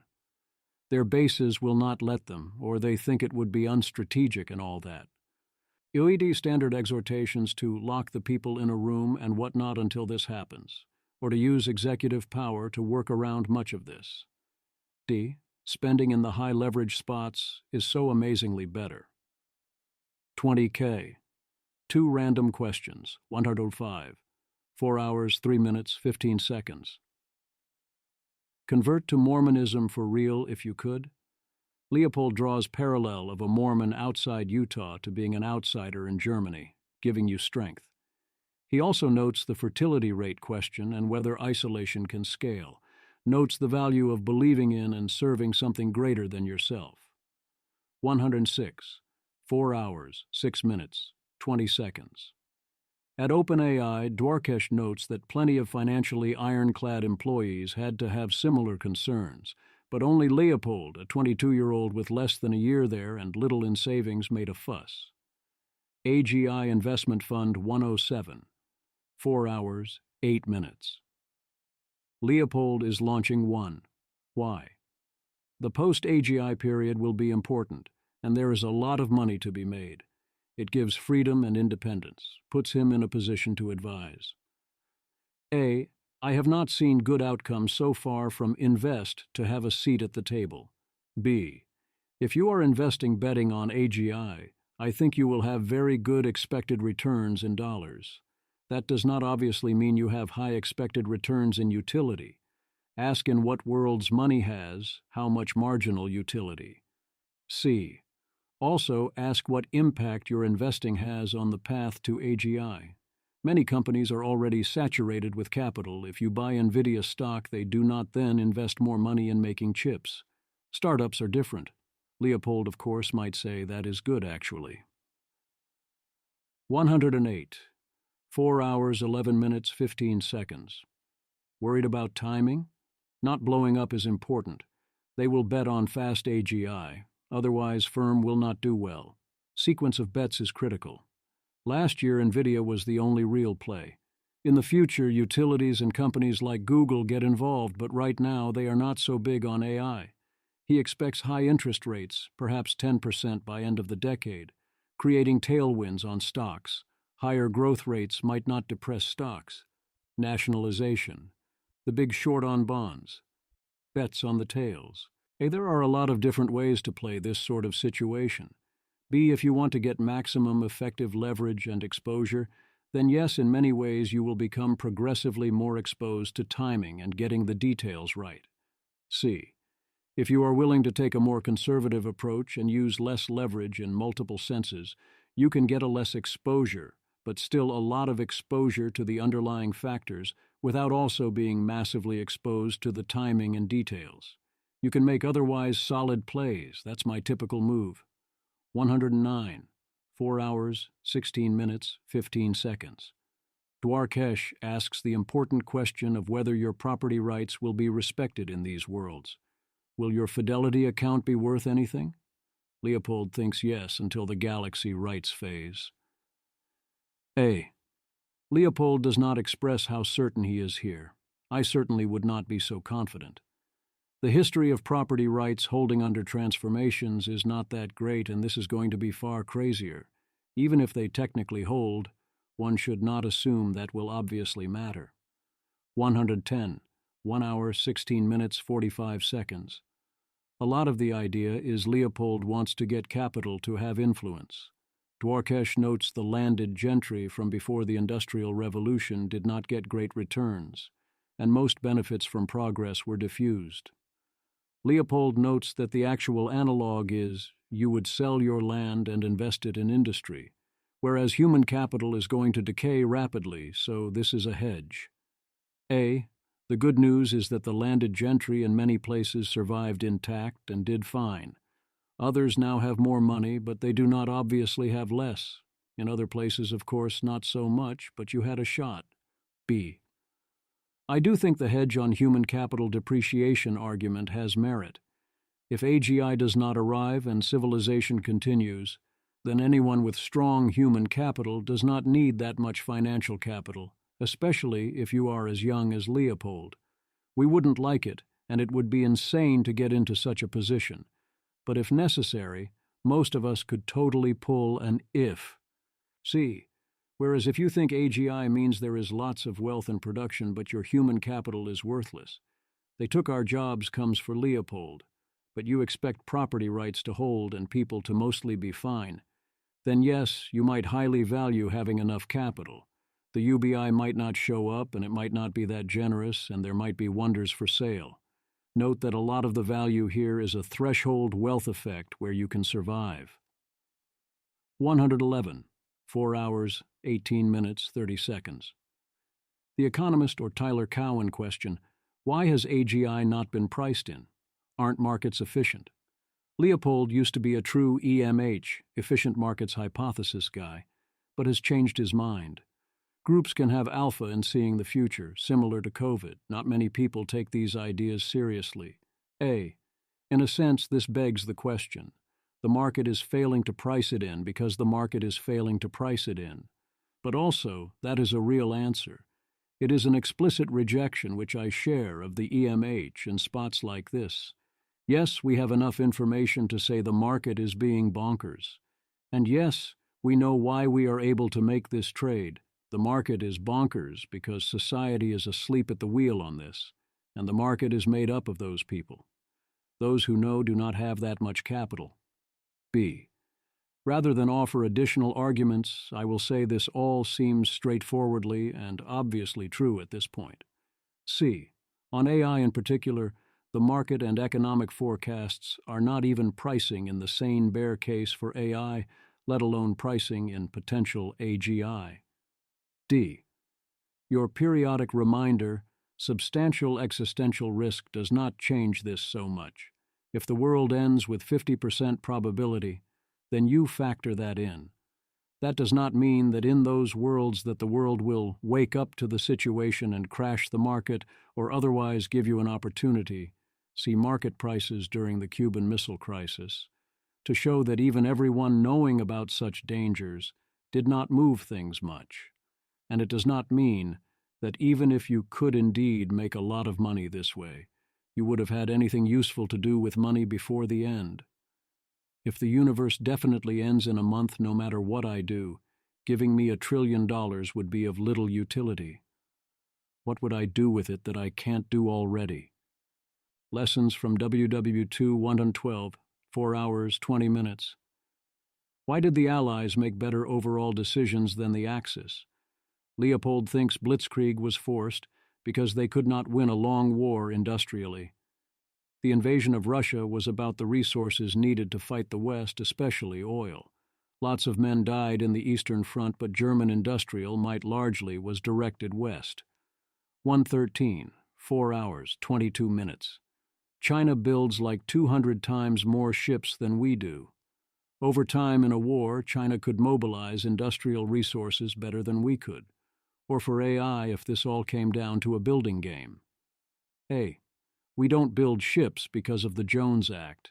Yes, it claims to be protecting American shipbuilding, but it destroyed it instead through lack of competition. Now we simply don't have any ships. And we also can't buy them from Japan and South Korea and Europe for the same reason.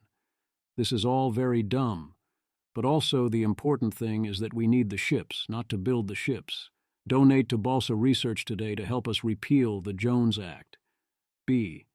This is a very strange view of a potential future war, where both sides mobilize their industrial might over years in a total war fashion without things going nuclear, and where America is presumably largely cut off from trade and allies.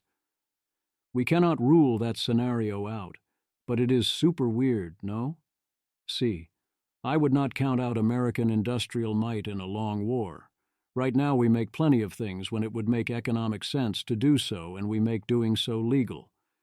But we do not make many other things because it is not in our economic interest to make those things, and because we often make it illegal or prohibitively annoying and expensive and slow to make things. That is a set of choices we could reverse. D.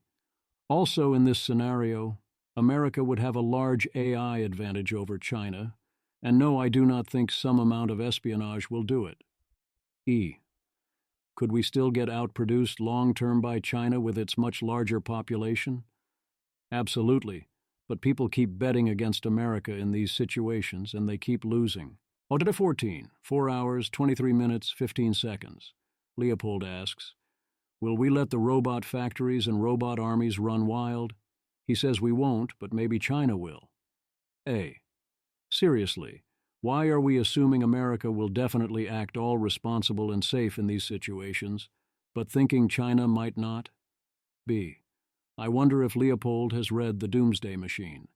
We do not exactly have a great track record of making war plans that would not cause an apocalypse. 1:15, 4 hours, 23 minutes, 55 seconds. What do you do with industrial-strength ASI, not only chatbots? Oil transformed America before we even invented cars. What do we do once we have our intelligence explosion and lots of compute? How will everyone react? 1:16, 4 hours, 26 minutes, 50 seconds.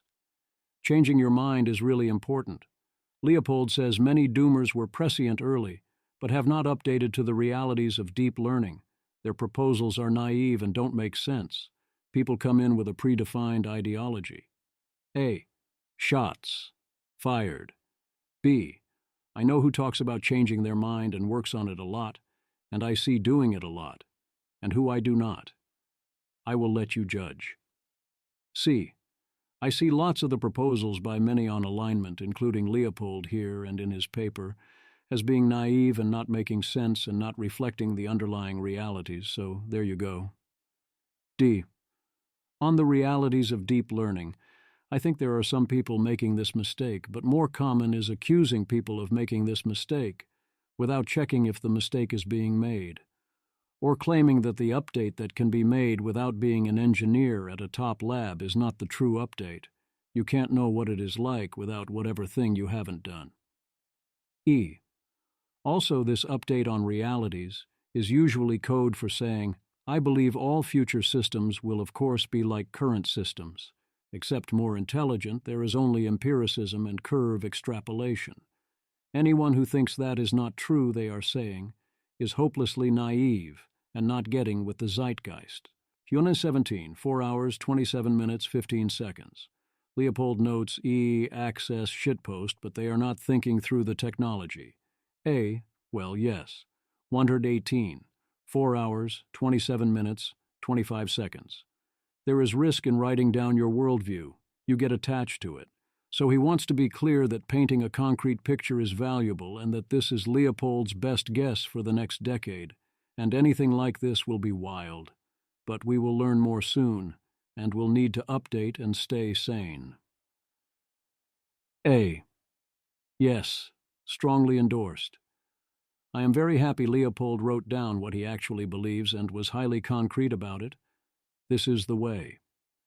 And yes, one big danger is that this could make it difficult for Leopold to change his mind when the situation changes, or he hears better arguments or thinks more. It is good that he is noticing that too. 119. 4 hours, 28 minutes, 15 seconds.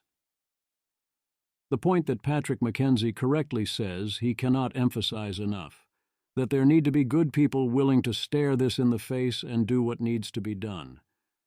It seems worth quoting again from the paper here, because we can't say it enough. But the scariest realization is that there is no crack team coming to handle this.